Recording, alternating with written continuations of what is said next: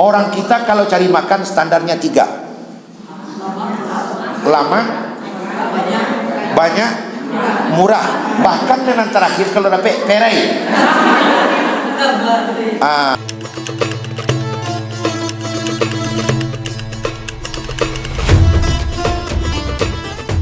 Assalamualaikum warahmatullahi wabarakatuh.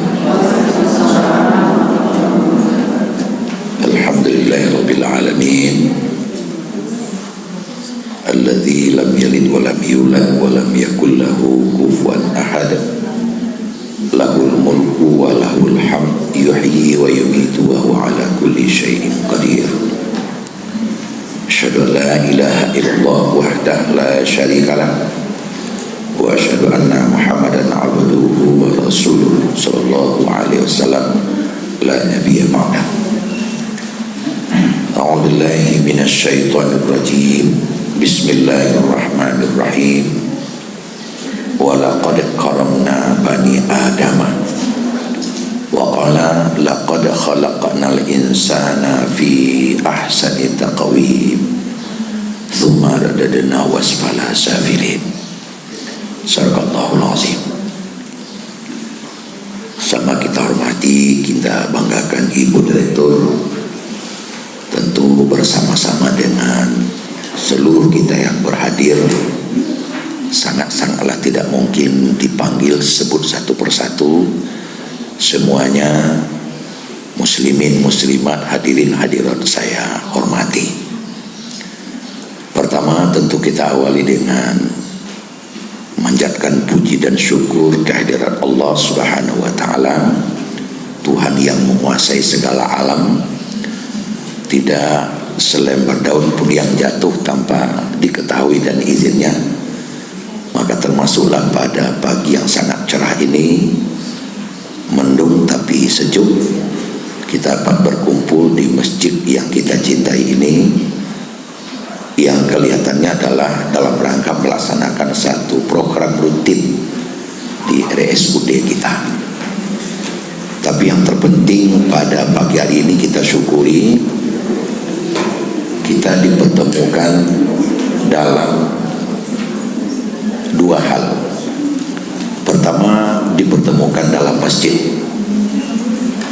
Jadi kita tidak di gedung, kita tidak di gelanggang olahraga, tidak di lapangan, tapi di masjid. Nah, sesuai dengan keyakinan kita sebagai seorang muslim, itu khairul liqa fil masjid. Pertemuan yang paling mulia itu adalah pertemuan di masjid. Kenapa? Karena hampir bisa dipastikan 99%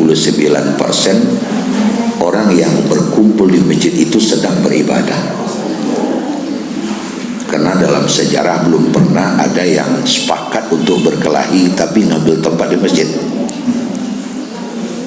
Jadi hampir bisa dipastikan bertemu di masjid ini adalah untuk beribadah.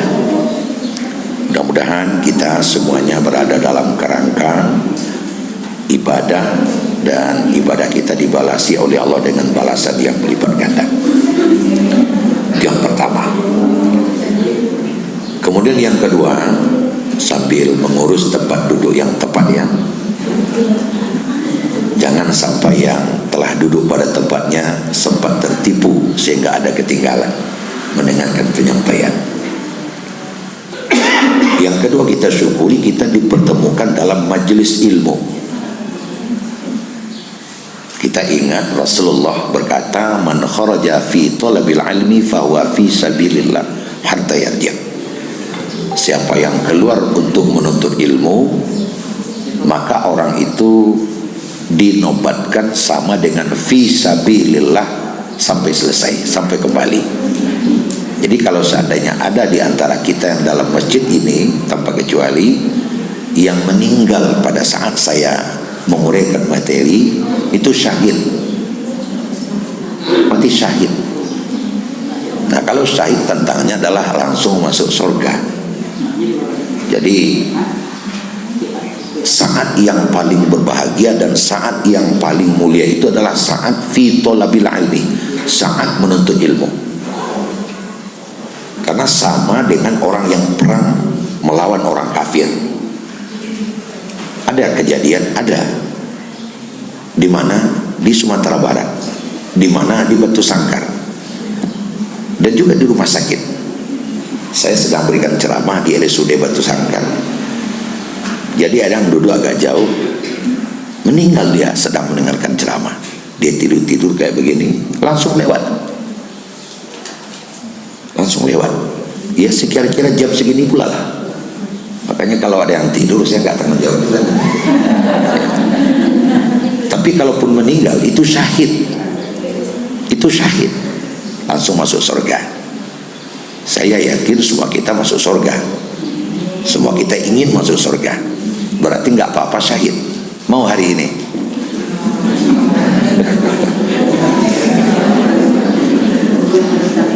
Saya tanya tempat lain, mau masuk surga? Mau.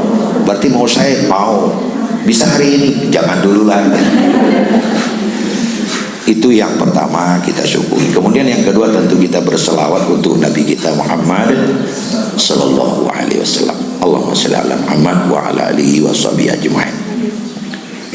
Ladang amal itu tema kita hari ini yang diberikan ke saya.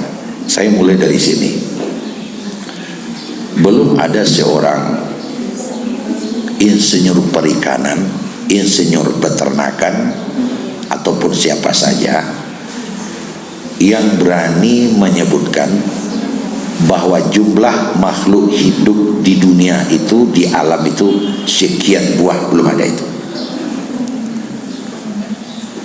Jangankan untuk keseluruhan makhluk hidup, untuk satu jenis saja seperti ikan di laut, itu belum ada seorang insinyur perikanan pun yang berani menyatakan jenis ikan itu sekian.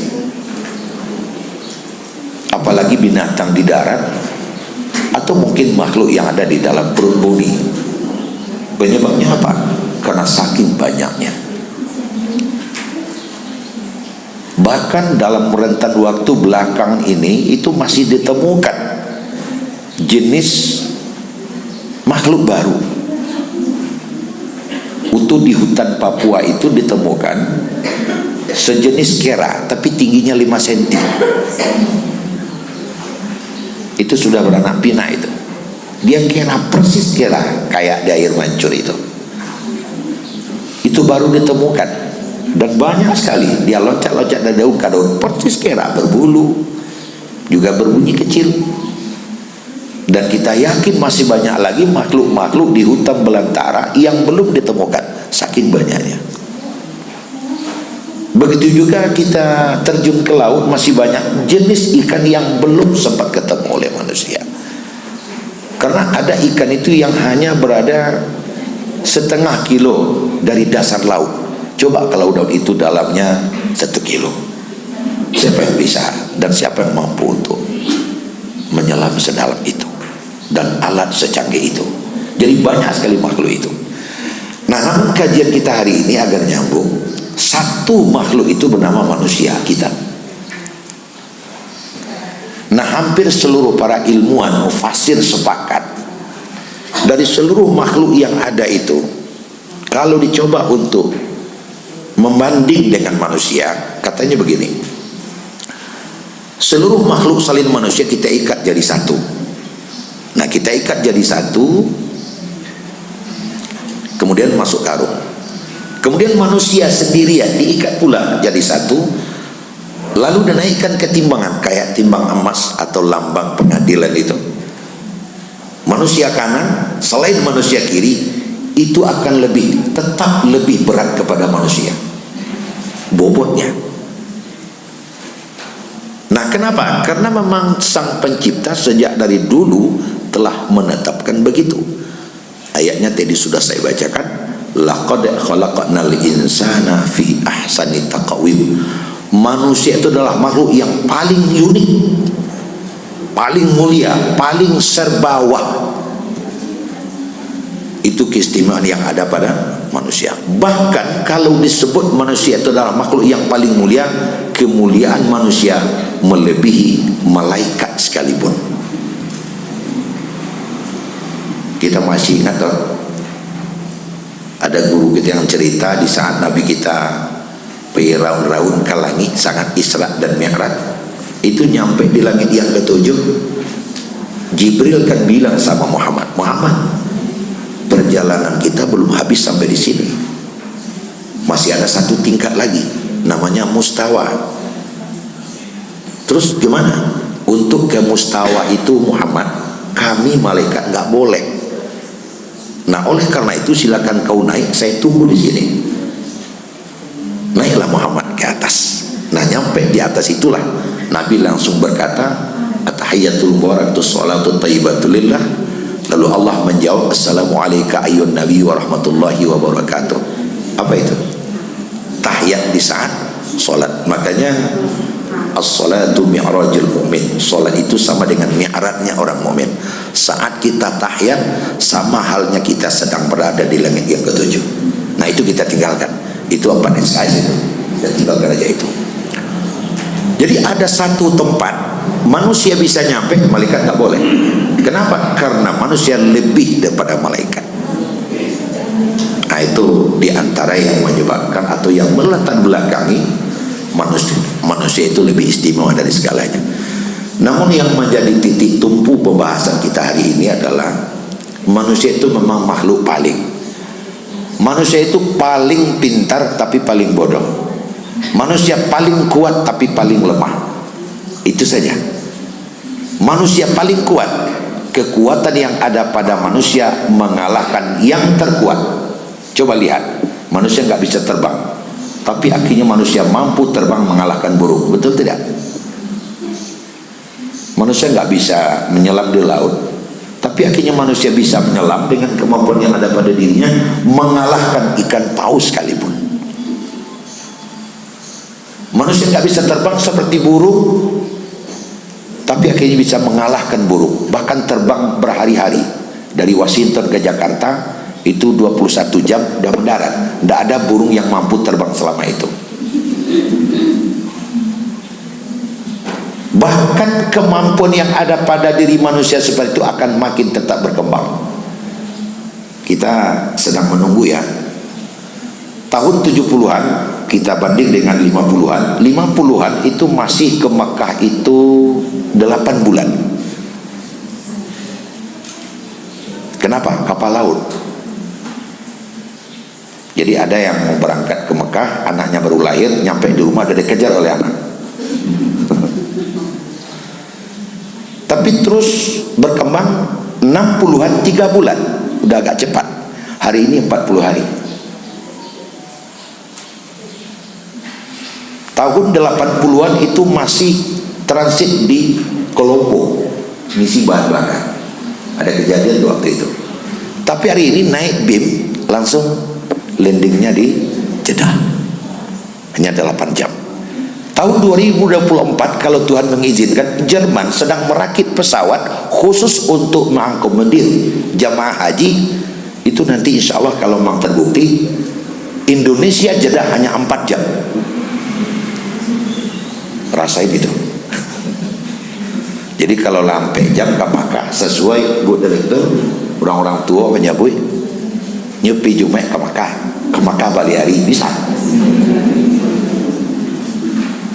Ustadz kita bilang, katanya Pak Eliza nanti malam ada pengajian di RSUD, tapi pagi tadi dia berangkat ke Mekah, entar dia pulang lagi gitu. Saya Jumat khutbah Jumat di Mekah, siap khutbah, kemudian makan siang ke sini lagi, maghrib dari sini. Kalau cuma 4 jam, nah 4 jam. Itu di bidang apa saja? Di sisi apa saja? Pertanian.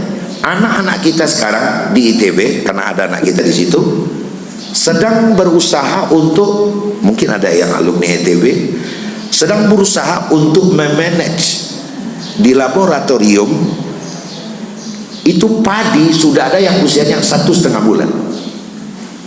Sekarang yang baru kan sekarang 3 bulan, tapi hasilnya belum memadai, masih diolah lagi begitu.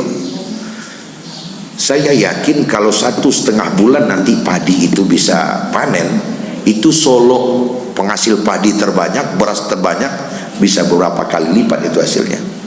Nah, kalau 1,5 bulan itu sudah laku di pasaran, akan berusaha lagi. Mungkin nanti akan muncul 75 hari. Mungkin akan muncul padi itu nanti ditanam Minggu, Senin depan dah panen. Canggih gitu. Di sisi apa saja, dan itu tidak mustahil, tapi mustahil saja gitu. Di sisi apa saja. Peternakan umpamanya sekarang ada, ya bukan ada, udah lama beredar di pasaran. Ayam baru keluar dari telur itu 19 hari udah bisa digoreng. Betul tidak? Betul. Kayak di lambung-lambung kasih angin, oh besar. Kadang saya berpikir kalau manusia digituin, mana yang layar minggu itu, anak lainnya main di laman. Tidak boleh, itu sepakat, nggak boleh. Nah, jadi artinya apa? Kemampuan yang ada pada diri manusia itu memang diakui, dan dia akan terus berkembang, apalagi dalam ilmu kedokteran. Oh, bukan main. Sekarang ada dokter gigi, itu nanti dibelah lagi, dokter geraman lagi. Dibelah dua, geraman gigi. Akan terus berkembang, yakinlah, ya. Tapi yang kita ambil sekarang adalah di samping manusia terkuat, terpintar, tapi manusia terbodoh, terlemah. Kenapa kita terbodoh? Karena kita nggak bisa menentukan diri kita sendiri. Kita nggak bisa untuk memanage secara penuh diri kita. Saya masih ingat ada dua orang, tapi kena kebal siam, 2 orang sama dengan 1 orang. Gadis Iran, kebal siam melekat di kepala. Tahun berapa itu? Mungkin ibu direktur ingat itu. Kalau yang kecil-kecil di bawah kami mungkin nggak tahu. Akhirnya keduanya sudah sarjana, dapat gelar kesarjanaan, umur 27 tahun, dan keduanya bersepakat untuk dipisah. Operasinya adalah di Singapura oleh 7 orang dokter. Ya kita tahulah persiapannya, tentu Bapak Ibu semua lebih tahu. Tapi akhirnya nggak berhasil. Apa bilang dokter yang 7 orang? Kami sudah berusaha semaksimal mungkin, sejauh kemampuan yang ada pada kami, namun Tuhan berkehendak lain. Ternyata masih ada satu kekuatan. Di sini pun kalau ada operasi kan berdoa juga. Kami berusaha semampu yang ada, ilmu sama kita. Tapi Tuhan berkehendak lain, dan sebaliknya juga ada terjadi seperti itu. Menurut kemampuan ilmu yang ada pada kita, udah berangkat ini kapal, tapi ternyata yang terjadi apa? Dia kembali sehat, bugar. Tahun 2013 saya naik haji.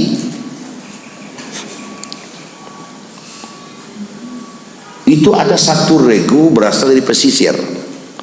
Suaminya berusia 92 tahun, istrinya ya dekat 80 lah. Suaminya itu sudah betul-betul tua, ya 92 lah, jalan dah payah. Semua orang pada punya persepsi, kok gaya kok tinggal. Kok gaya kok tinggal, buat jalannya lebih kok. Saya pun juga punya pendapat seperti itu, dah payah jalan. Tapi istrinya masih kuat, dibimbing terus. Selesai naik haji, 4 hari menunggu pesawat.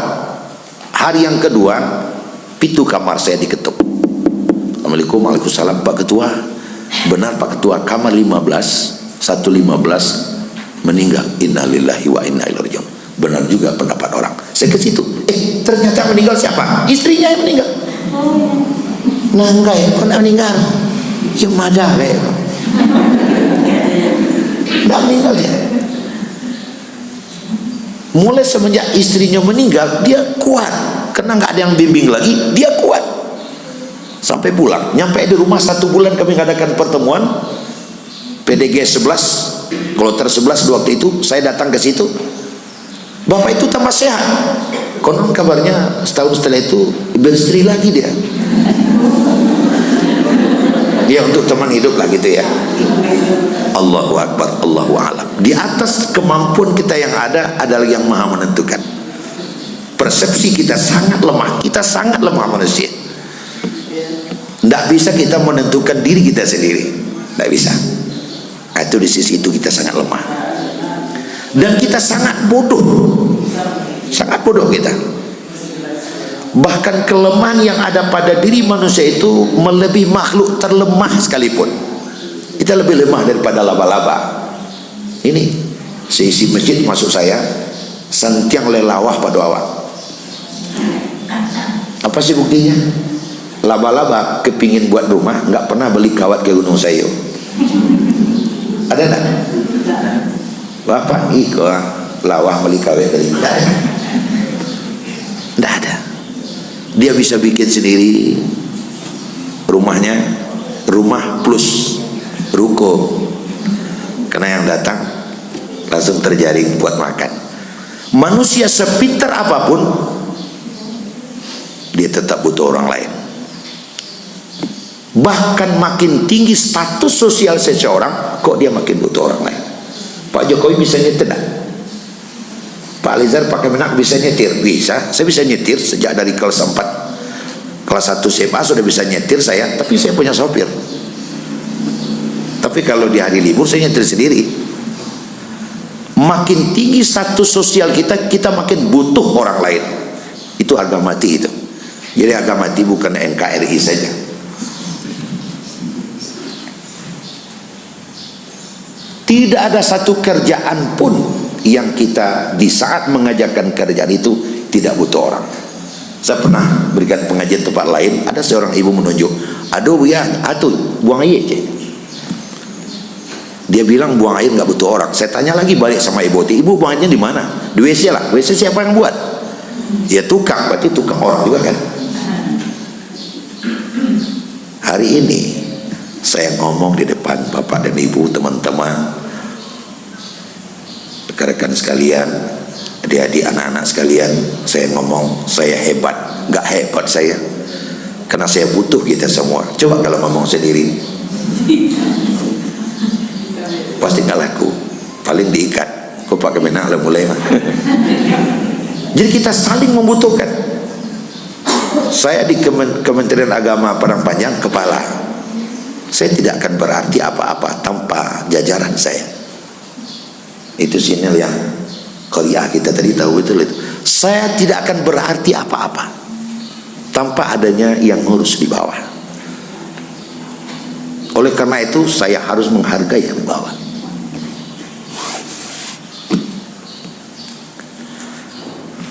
Makanya disebut kepala. Banyak yang kepala negara, kepala provinsi, kepala kabupaten, kepala rumah sakit, kepala Kemenak, kan kepala. Kalau di tubuh kita kepala itu kan ini. Yang di bawah ini disebut apa? Anggota. Ada tangan, ada kaki. Kepala mau ke pasar, bisa tak guling-guling sendiri? Dia butuh kaki. Kepala mau kerja, dia bisa kerja sendiri? Pasti yang ngerjakan tangan. Walaupun yang merintahnya kepala. Oleh karena itu wahai kepala, hargai tangan. Oleh karena itu wahai kepala, hargai kaki. Karena kaki adalah alat transportasi. Akan seperti itu. Hanyalah yang menjadi persoalan, memang segalanya numpuk sama kepala. Kepala itu ada mulut, karena kepala perlu memberikan uraian, perlu memberikan penjelasan. Kepala ada mata, karena kepala harus mengintip, memantau. Kepala ada telinga, karena kepala harus mendengar. Mungkin ada yang nangis, mungkin ada yang kesakitan, mungkin ada yang menjerit. Dan yang tak kalah pentingnya, ternyata otak berada di kepala sebagai alat memikir. Akan seperti itu. Nah, dalam melaksanakan keinginannya, kepala butuh. Karena dia tinggi, dia butuh yang lain. Jadi manusia itu sangat lemah. Dia saling membutuhkan. Disinilah makanya dalam konsep agama kita, manusia tersukses itu adalah manusia yang paling banyak temannya. Ali bin Abi Thalib pernah memberikan nasihat, karena Ali itu adalah gudang ilmu. Nabi pernah berkata, wa ana darul ilmi wa anta babul ilmi. Saya adalah gudang ilmu, kau adalah pintu gerbang ilmu itu. Itu Ali yang dimaksud. Ali pernah berkata, apabila ingin sukses, kuncinya satu saja, dimanapun dan kapanpun. Kecil orang Singgalang, when and where. Kuncinya satu saja. Apapun profesi kita, tidak terkecuali kepala Kementerian Agama. Cak contoh ke diri awak mana? Apa kuncinya? Perbanyak teman. Asa banyak kawan, siapun awak pasti sukses. Tidak terkecuali pilkada. Ada teman saya nyalon juga dia. Nyalon ni kan orang milih enak tentu dah aja. Selesai dia lapor lagi sama saya. Nah, gimana? 7 suara dah aja. Nyocik bini dia nak je. Perbanyak teman. Nah, tersukses itu adalah orang yang paling banyak teman. Banyak teman. Nah, bagaimana caranya untuk memperbanyak teman? Pandailah merayu. Pandailah merayu. Kita kan ahli merayu semua ini.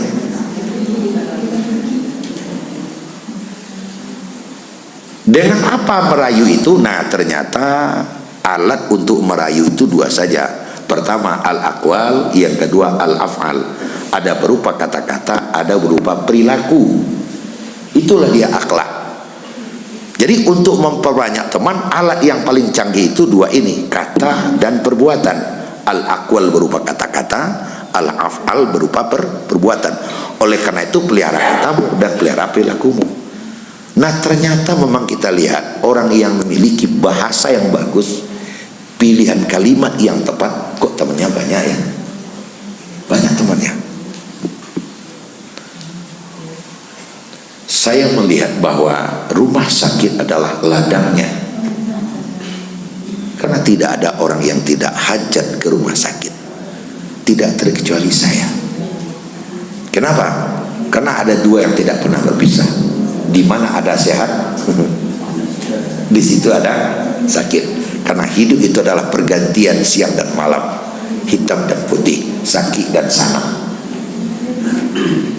Setiap sakit dia pasti berobat, dan berobat pasti ke sini. Maka yang datang ke sini adalah calon-calon teman kita. Ada orang yang diobati hanya dengan kata-kata saja, tapi sebaliknya ada yang sakit karena kata-kata. Betul tak boleh? Saya tahun 2007 ke Makkah pertama kali. Itu kloter yang saya bawa Yaman. Ibu sama pergi dengan saya. Bisa-bisa mungkin barangkali nanti kita ceritalah. Ada kedai di sana. Itu Wakapolres kami, Wakapolres Payakumbuh, termasuk ketua rombongan kami, Pak Ramli namanya, Wakapolres Payakumbuh. Ya, yang namanya Wakapolres dia badannya mekar ya, ngomongnya tegas. Ada apa kamu? Ayo kita berangkat, berhenti, maju. Wah, gitulah kira-kira. Akhirnya dokter kami, Dokter Al-Ansori, pernah direktur rumah sakit Sawalunto. Pak Ketua, dia bilang semua, apa dokter, bisa nak kita sepakati, kita buat Pak Waka ini sakit, kemudian kita obat lagi. Gimana caranya? Kita kasih pelajaran lah. Tapi kita sepakat berlima ini petugas kloter. Gimana caranya? Maghrib Pak Ustadz yang nemui, pagi saya yang nemui, kemudian sore, tengah hari dan sore ini petugas kita, petugas medis. Wujud pembicaranya sama, dengan bahasanya berbeda. Tapi Pak Dokter tanggung jawab, iya saya tanggung jawab, ini cuma kita kerjain aja. Baiklah, bahasa saya pertama yang dituntut oleh guru besar kami, Dokter Al-Ansori, Pak Waka, kok agak lain badan nampak, enggak pucet nampak, sakit Pak Dokter? Sakit Pak Waka? Enggak sakit baru? Ayah enggak sakit, sudah, enggak usah jadi pikiran. Ini bahasa pikiran. Nah, itu cerita lain-lain. Setelah selesai sholat subuh di masjid, ketemu sama dokter ini. Pak Waka, hamba berjalan di lekang Pak Waka tadi agak pendek langkah sebelah macam tu kau. Kau tiba di rumah periksa aja mau kau. Enggak ada mbak. Kalau enggak ada sudahlah. Ini yang selesai. Tengah hari menjelang minum, datanglah perawat kau. Pak Dokter, berapa umur anak kadang 3 tahun dulu. Tolonglah jaga badan kau lah kali nampak kau. Setelah makan datang lagi. Pak dokter, ambolah 2 hari kau sewananya menceliak Pak, tadi agak sakit Pak nampak ada boy. Tidak ada mau sakit dah. Tapi agak sakit Pak wakan nampak ada boy. Akan tidak istilah tak apa-apa. Besok Kamis kami ke masjid, dia enggak ada, ditelepon, Pak wakan di mana? Yuk kat lain lah saudara yang ambulan.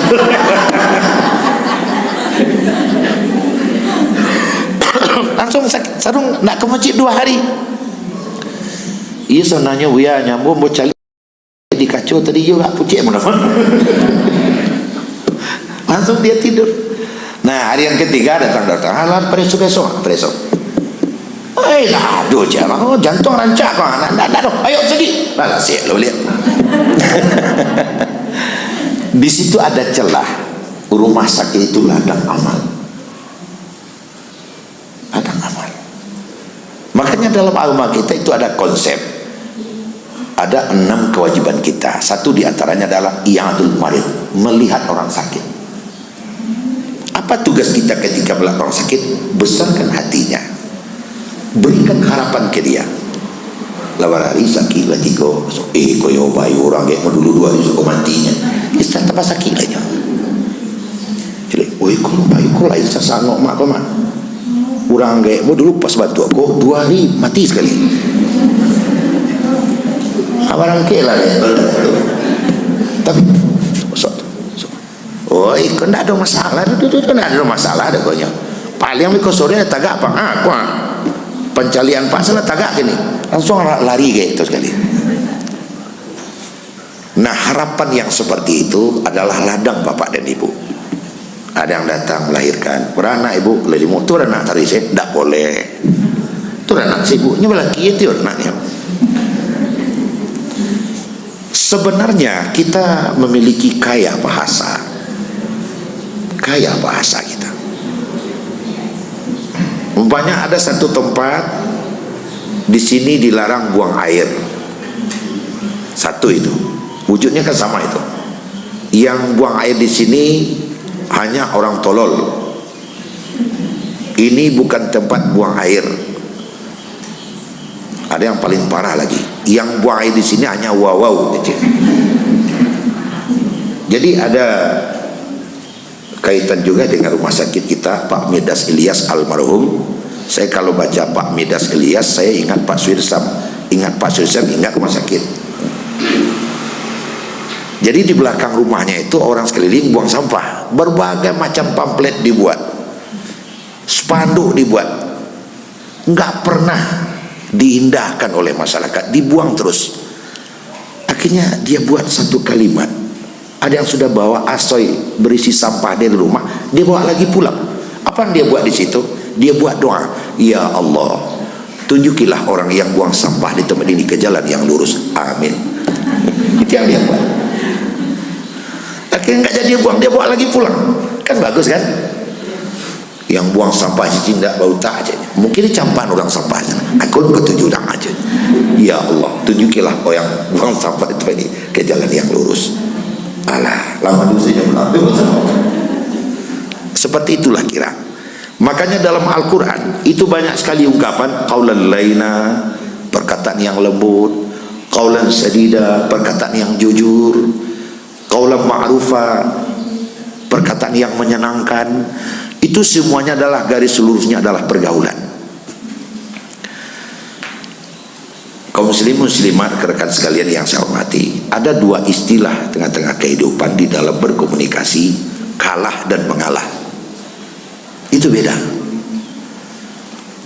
Kalah dan mengalah kalimatnya sama-sama lah, sama aja ketupek pitalah, kan lah aja itu. Itu bodoh, dah minta ketupek lu. Saya siap ini langsung minggat. Mengalah bukan kalah. Karena mengalah adalah sebuah strategi dalam banyak pertimbangan yang ujungnya untuk menang. Karena bagaimanapun seorang komunikator dengan komunikan, dia harus sama-sama arif. Joshua mengecek. Kita lewat, ada anak kecil 4 tahun, celiak. Aku celiak kaden. Apa yang harus kita lakukan kalau anak kecil bilang seperti itu? Kita mengalah. Tapi kalau kita jawab, aku celiak kaden, aja sama kita dengan dia. Makanya pernah saya diajar oleh Ahmad Sofyan, guru saya, Pak Ahmad Sofyan, nyozar kecilnya. Kalau lalu ke bongkor rumah orang, di kajahnya ada anjing. Kita jadikan itu pelajaran. Besok mau lewat sana, balik godok. Di balik godok, pas di kajahnya, cambar godok, ambil godok. Hari ketiga lalunya datang ke aja. Dah ada godok, datang ada aja. Kan seperti itu. Jadi ending kehidupan kita itu di situ. Ya, ada dua. Pertama ada zur ila baiti, kunjungi rumahnya, dan yang kedua tahadau, saling memberikan hadiah. Nah, kunjungi rumah itu betul. Urang sama naik ke rumah awak, nyu minum aya awak, nyu makan kue awak, apalagi nyu santap lo nasi awak, menadokannya dah kek kamu. Betul tidak? Tapi naik ke rumah awak, air nak diminumnya, kue nak diambilnya, tu nyu pai selai, atu takut kena tubuh tu. Jarak jauh tu. Jadi kalau ada naik ke rumah kita, makan dan minum apa saja, kenalkan dia dekat. Nah, ternyata memang al-ajalatu minasyaitan ila fi arba'ati mawadhi'. Tergesa-gesa itu dari setan kecuali pada 4 tempat wajib tergesa. Fahunna minallah, dan itu dari Allah. Mana dia yang 4 tempat? 1, ihtimalul janaiz, menyelenggarakan jenazah. Itu harus segera. Jadi tidak boleh jenazah itu dileha-leha. Boleh ayah ke pembuluh, boleh kata kamu pakai sepakai ni nenek amak je orang Sumando, bah kalau seandainya 5 balik hari di muka semai ikut di kuburan, tak boleh dah. Busuannya. Yang ketiga, yang kedua yang harus disegerakan adalah tadwir dain, membayar hutang. Itu harus segera. Kesempatan pertama kita mampu langsung bayar, jangan diundur-undur, nanti kesempatannya dia hilang. Takut nampak orang jadinya. Yang ketiga yang harus disegerakan adalah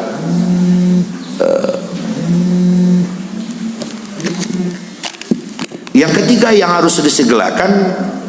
harus disegerakan yang ketiga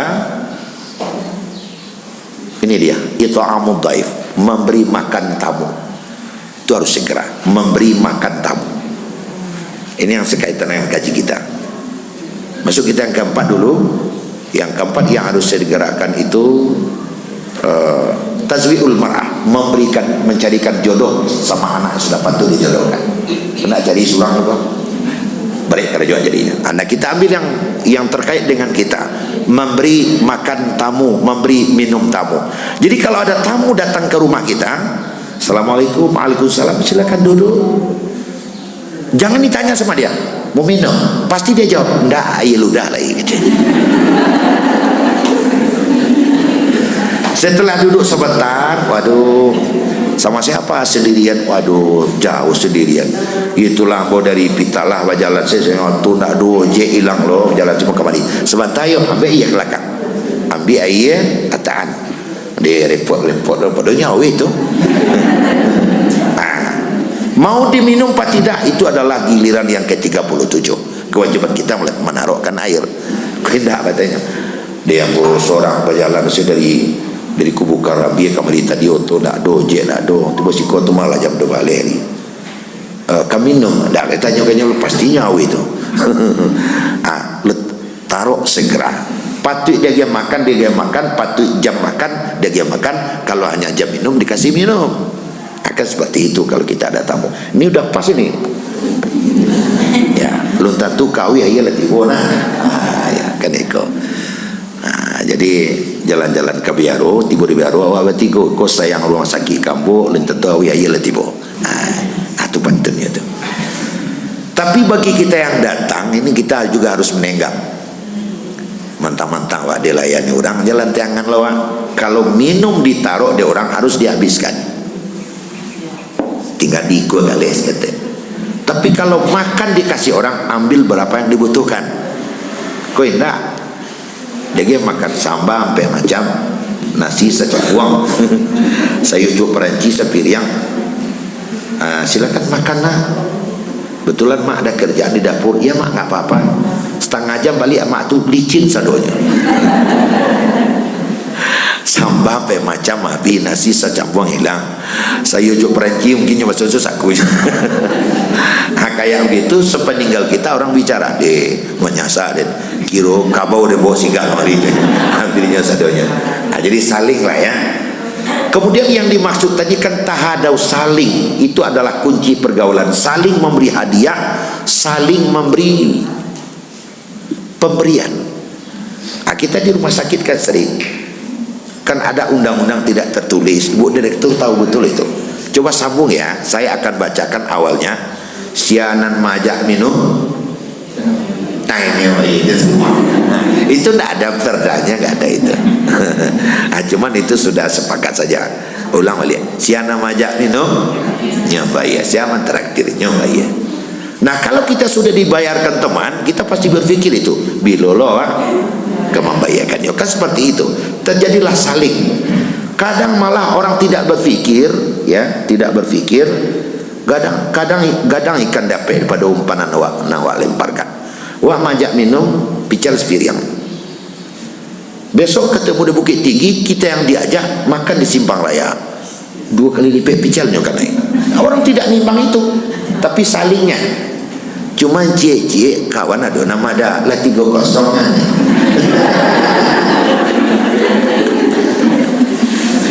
Pertama dibayarkan, yang kedua diambil posisi sudut, tidak ada dekat kasir. Gua bayar lewat aja. Orang dua lama-lama nunggu orang pai kan. Orang lapai berarti tu apa? Dah ambo bayar gini. Ya ambo lah aku ikut pin aja. Nah yang keempat orang nggak mau lagi, nggak dibawa saya. Malas aku, madar betul gitu. Itu nama madar. Jadi main bola, kau nak lancak satu-satu. Kau tidak lampai kosongnya nggak. Nah mungkin aja. Jadi kita kembalikan kepada yang tadi. Ini adalah satu tempat yang memang ditakdirkan oleh Allah menolong atau membantu orang-orang yang membutuhkan. Bukankah di tengah-tengah kehidupan kita sehat itu di atas segala-galanya? Dengan tidak pernah ada bantahan, memang 4 tahun tidak berjumpa, 2 tahun tidak berjumpa, kemudian kita berjumpa dan salaman. Apa pertanyaan pertama? Sehat. Nah ada. Assalamualaikum. Oleh lampai tahun dah tua. Ini banyak peti gini. Nah ada. Paling yang ditanya pertama sehat. Yang kedua apa lagi? Orang-orang anak. Nah, ya. Tapi kalau sudah beda, vinilinan dulu itu. Pasti yang pertama yang ditanya itu adalah sehat. Kenapa? Karena sehat itu di atas segalanya. Dan formula di dalam agama kita memang tidak salah. Orang tersehat di dalam sejarah adalah Nabi kita Muhammad sallallahu alaihi wasallam. Belum ada tandingan. Buktinya apa? Sebab kalau satu itu bisa diputuskan apabila didukung oleh setidaknya 2 fakta kan gitu. Nabi kita nyatakan paling sehat kan nggak pernah dirawat. Nabi pan yang saya kata meninggal sekali. Untuk kawan bulu tangkis malam ya. Waduh, makanya kalau udah tua itu hati-hati ya. Nah, Nabi tidak pernah dirawat, hanya pening sedikit kemudian meninggal. Jadi pernah ada satu perang namanya perang Tabuk. Tabuk itu artinya parit. Dibuat 6 meter jaraknya, dalamnya 3 meter, sekeliling kota Madinah sehingga tidak bisa dilompatin oleh kuda. Itu sebagai benteng. Itu Nabi berjalan ke tempat yang paling jauh itu setengah hari berangkat, setengah hari pulang. Tidak ada minum, tidak ada makan. Banyak teman-teman prajurit-prajurit lain udah pada kapok di tengah jalan. Nabi besok-besok saja. Jadi nyampe di kota Makkah orang bertanya, nyampe kota Madinah orang bertanya, Rasul, kau kok sekuat itu? Sedangkan usianya di bawahmu di jalan udah pada tinggal, udah pada kapok, jatuh, gak mampu lagi berjalan. Kok kau sekuat itu? Apa rahasianya? Nabi menjawab, saya sehat karena saya melakukan 5 hal. Ya sudah nalimo kabi kecil 5 hal. Di samping ini atau bisua. Nah gini, bisua itu diundang lah sekali lagi. Tambah iya tambah sabun itu. Yang pertama, saya makannya sehat kata Nabi saya terus sholat malam. Itu sehat batin itu. Sehingga hampir setiap malam, bukan hampir setiap malam, memang sholatul laili kutiba alaiya, sholat malam itu wajib bagi Nabi. Setiap malam Nabi itu menjalin hubungan komunikasi yang sangat manis dengan Sang Pencipta. Awak lebar kali jaga malam sembahyang. Itu yang pertama itu. Yang kedua, kunci saya sehat, saya bangun subuh. Nabi itu bangunnya subuh. Ditanya, "Kok bangun subuh Rasul?" Ini wiko yang macam Nabi itu. Kunci di antara yang harus dijaga untuk sehat, udara kita harus udara sehat yang kita hirup. Kalaulah siang hari kalau udara kumuh apa? Sebab di lapangan itu nan beredar angok untuk angok Jawi. Kalau di kampung awak angok oto, angok ojek. Bantu kini lah, waktu tukang angok ibu mbak Irui, angok ibu mbak Irui, kan dibagi-bagi sini kan. Makin malam itu mobil makin masuk gerasi, itu kuda onta masuk kandang, udara makin bersih. Udara paling bersih adalah pagi. Siapa yang keluar lebih dulu, dia menghirup udara yang paling bersih. Kan logika itu. Nabi itu yang dikerjain, bangun subuh. Tapi kalau dia tidur jam 10 malam, udara masih kotor, besok bangun jam 10, udara kotor lagi. Makanya awak kalau di rumah, kalau bangun pagi itu ditutup rumah, terbuka jendela. Ya dia buka, dia jendela dibuka atau buka apa? Jendela dibuka atau rumah dibuka? Jendela. Kalau rumah lagi, ya. Supaya sirkulasi udara itu bertukar kan gitu. Makanya ventilasi dan segala macam. Yang ketiga, saya sehat karena waktu pagi, jalan pagi. Nabi jalan pagi. Untuk menghirup udara, aku sudah bangun pagi, dia jalan pagi. Makanya sholat subuh itu disunatkan masjidnya jauh. Kalau tinggal pada Panjang, kalau sampai sembahyang subuh awak buka biar.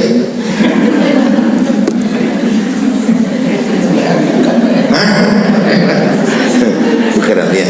Kalau ke bawah kita tanam awak sembahyang subuh. Atau kata itu ya tol lagi itu dah. Yang ketiga, saya sehat karena saya mengendalikan emosi. Ternyata pintar dan pandai mengendalikan emosi sehat. Nah, saya berdiri lah sedikit, tapi nanti kameranya enggak, ya berdiri sini aja agar kamera tetap jalan. Emosi ada setiap kita, tapi yang bisa kendalikan ada yang tidak bisa mengendalikan. Nabi kita mengatakan orang yang emosi otaknya bekerja berat. Jadi orang namberang itu otak kerja balik. Karena otak bekerja berat, maka otak ini perlu distribusi tenaga tambahan, maka darah perut lari ke otak. Tanya ke dari dulu kok. Darah perut lari ke otak. Tempat darah itu mengalir ke otak tentu lewat muka. Makanya orang berang muka merah. Ada orang berang pucet. Bako pucet ni berang mah. Orang pucet itu ketakutnya. Telinganya merah, mukanya merah. Muka sirah kan. Indah ada apa? Mudah apa menyalu muka.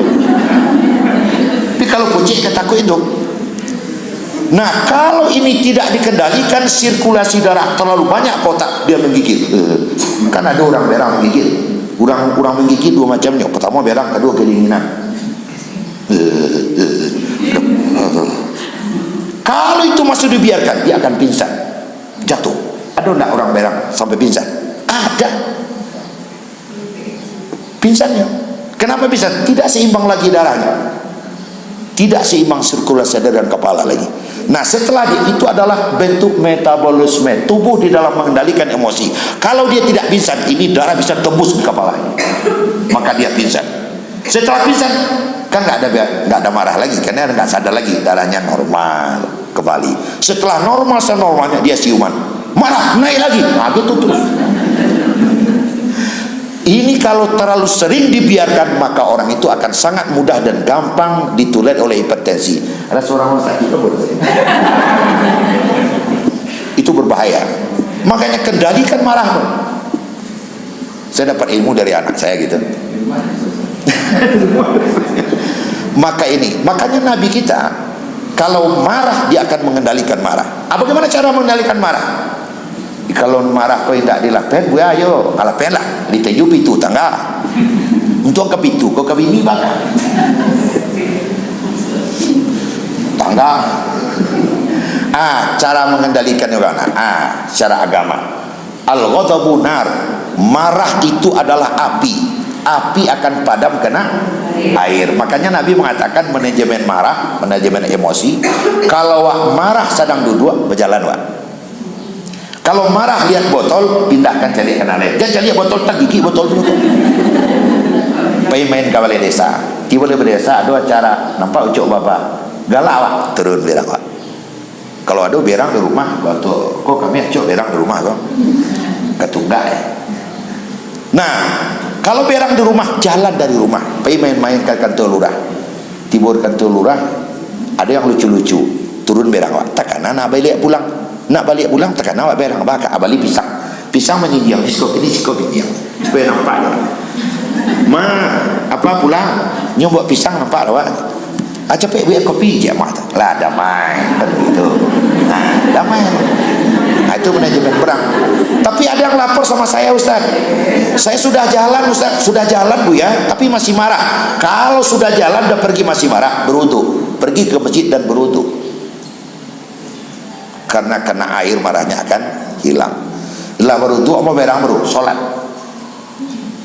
Lah salat berang baru balik lagi ke tempat air. Ngapain? Mandi. Lah mandi mencilam serta baik. Lah mencilam berang masuk ke bawah.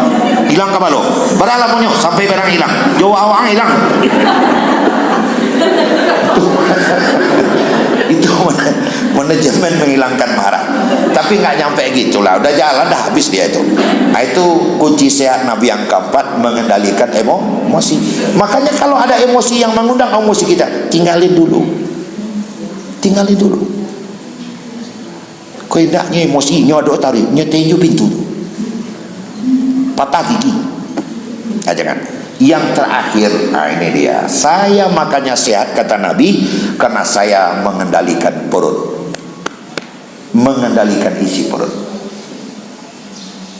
Bantu Rasul, saya makan setelah saya lapar dan saya berhenti sebelum saya kenyang. Jadi standar isinya. Aku indah sudah makan lama ya, sudah tidur loh. Sudah makan pagi, sajam tu makan lama dia, mengecek ususnya. Nah tadi ada jeruk, boleh celai. Dan tadi ada jeruk, boleh celai, nggak sehat dia. Sebab ketika perut kita lapar, itu otak memberikan respon kepada seluruh yang berkepentingan siap, sehingga gigi siap mengunyah, lidah siap mengeluarkan kelenjar, kerongkongan siap mendeguk, usus pun menunggu. Mana dia? Saya tunggu katanya. Sehingga pencernaan menjadi sempurna, kunyah menjadi sempurna, kelenjar juga menjadi sempurna. Tapi sudah makan lalu dia santapa dua jam, tiba lu celek aja. Enggak sehat dia. Kan itu logikanya. Makanya Nabi itu hanya makan setelah dia merasa lapar, berarti sebelum dia kenyang. Tidak pernah porsinya itu disebutkan oleh Nabi. Makanlah 1 gelas sehari. Tidak ada. Sebab ada orang kadang, ada orang ketek. Perut kita nggak sama Bapak Ibu. Ada orang rendahnya, tapi pari saya. Ada. Yang tinggi kan cuma pari saya. Ada yang tingginya bukan main, perutnya kecil. Makanya ukuran makan kita nggak sama sih. Kalau gitu Ustaz Cik, itu semua kadang saya, ini sama makan jawab luntan tu luntan banyak makan apa?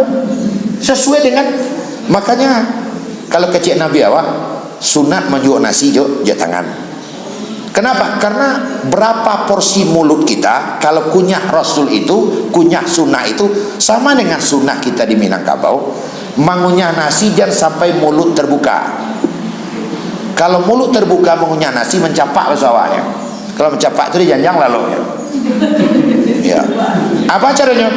Masukkanlah nasi ataupun apapun ke dalam mulut kita sehingga kita bisa mengunyah sambil mulut tertutup. Kan itu makanan kami. Apa kadang punya sesuai jo kapasitas masing-masing. Makanya anak makan sama orang gae, kadang-kadang suang. Iya ama sih kadang suoknya pak. Ndak mau ndak bisa. Ama mau kadang suok menjualnya lewe. Nah bisa ditiru. Ndak bisa ditiru. Sesuai dengan kapasitas tampung masing-masing. Kan seperti itu. Jadi artinya apa? Isilah perut kita dengan halalan thayyibah yang halal dan yang baik. Kalau halal kita sudah tahu lah, yang thayyibah kolah nang karajo rumah sakit iko nampal yang barek pak dan ibu. Kenapa? Karena makin enak, makin lezat, makin mengandung penyakit. Betul tidak? Betul. Ambil apa bocoran? Makin enak, makin lezat, makin mengandung penyakit. Tetapi orang awak balawan aja itu. Condong selero, condong mato. Kok idui Nabi lo telinga. Nabi seumur hidupnya hanya 1 kali makan jeroan. Nah, coba bayangkan itu. Ada awak indah dia makan pericek. Lalu memang ngalah itu. Kan seperti itu. Nabi hanya 1 kali untuk menunjukkan bahwa itu adalah halal. Limpowati. Saya pernah di Jakarta 15 hari pergi ke mall. Kok di Jakarta itu harga limpowati lebih murah? Daging yang bagus itu mahal. Dewa limpo mahal sih kok. Bodoh betul orang Jakarta. Ternyata kita yang bodoh. Ini sampahnya tuh. Nabi hanya 1 kali menunjukkan itu halal itu aja. Ada itu kolesterolnya sangat tinggi. Coba bayangkan itu. Jadi thayyibah. Apa itu thayyibah? Thayyibah itu 3T. Tepat gizinya, tepat porsinya, tepat waktunya. Itu kan itu thayyibah. Ada awak. Ini walaupun kita sama-sama orang rumah sakit, saya juga bahagia dari orang rumah sakit. Saya tanya, jawab yang jujur. Ibu kalau masak di dapur standar utamanya gizi apa lamanya? Jujur sebentar. Memasak di dapur yang jadi standar utama adalah lamanya. Nan paralu. Orang kita kalau cari makan standarnya 3. Lama, banyak, murah. Bahkan dengan terakhir kalau dapat perai. Makanya Dima rumah makan Padang itu berserakan rumah makan Padang. Bahkan di Jeddah itu ada Mat'am Padang. Sampai ke Jeddah orang Padang buat rumah makan karena lama. Makanya nggak salah orang Padang banyak sakit karena makan itu terlalu lama, kan seperti itu. Padahal sayur yang bagus itu kan separuh matang. Buat sayur kangkung kita separuh matang dari makan itu bagus. Dewa enggak selalu ditam oleh bagus aja baru. Ambo bahagia sekarang kayak ambo kok sayur ama angkat yang kambing deh. Sayur matahari yang kawak padahal itu yang paling bagus kan.